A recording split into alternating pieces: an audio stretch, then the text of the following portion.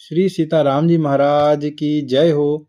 सबसे पहले आप सभी से विनम्र निवेदन है कि जो भी हमारे भाई बहन इस चैनल पर अभी नए आए हैं इसको सब्सक्राइब करें और बेल आइकन पर प्रेस करें ताकि भगवान की, साधु संतों की दिव्य कथाएं और ज्ञान की अनमोल बातें आप सभी तक इसी प्रकार रोज पहुंच सकें। जय सिया राम।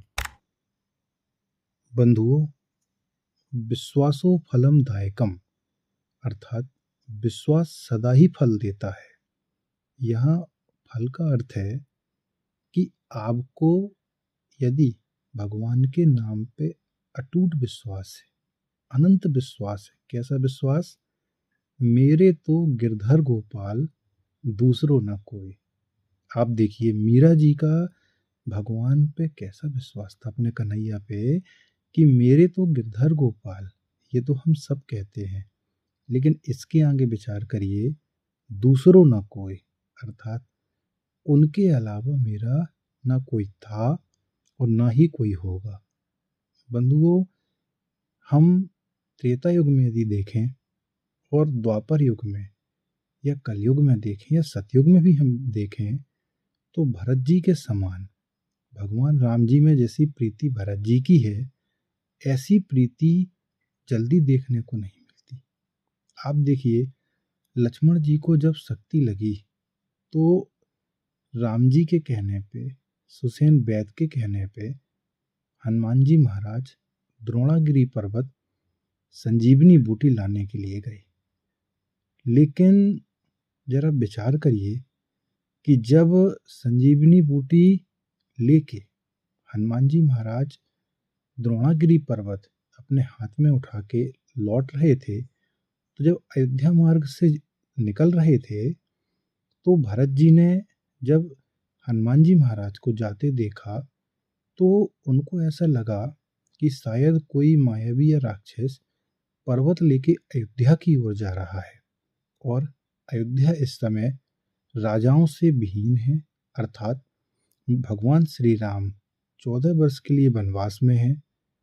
भरत जो मैं स्वयं अयोध्या से दूर नंदीग्राम में रह रहा हूँ और शत्रुघ्न जो अयोध्या में है लेकिन वो राजा नहीं है, और लक्ष्मण भगवान श्री राम के साथ, मेरे भैया के साथ में है।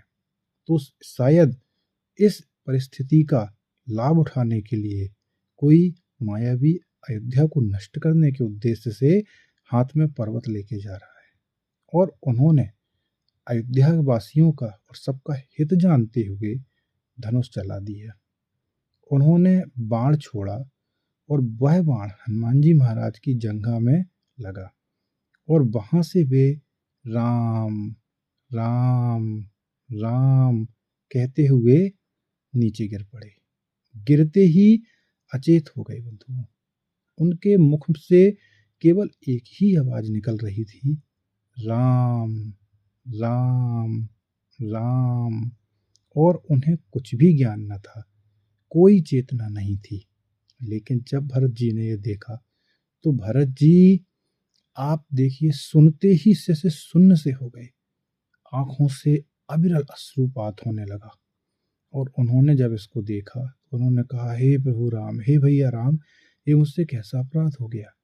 अरे, मूर्छित अवस्था में भी, जिसे अपने शरीर का सुध भी ना हो, ऐसी अवस्था में भी जिस प्रकार शरीर से सांसें निकलती हैं, इसी प्रकार अविरल जय सिया राम की ध्वनि ये महात्मा कर रहे हैं।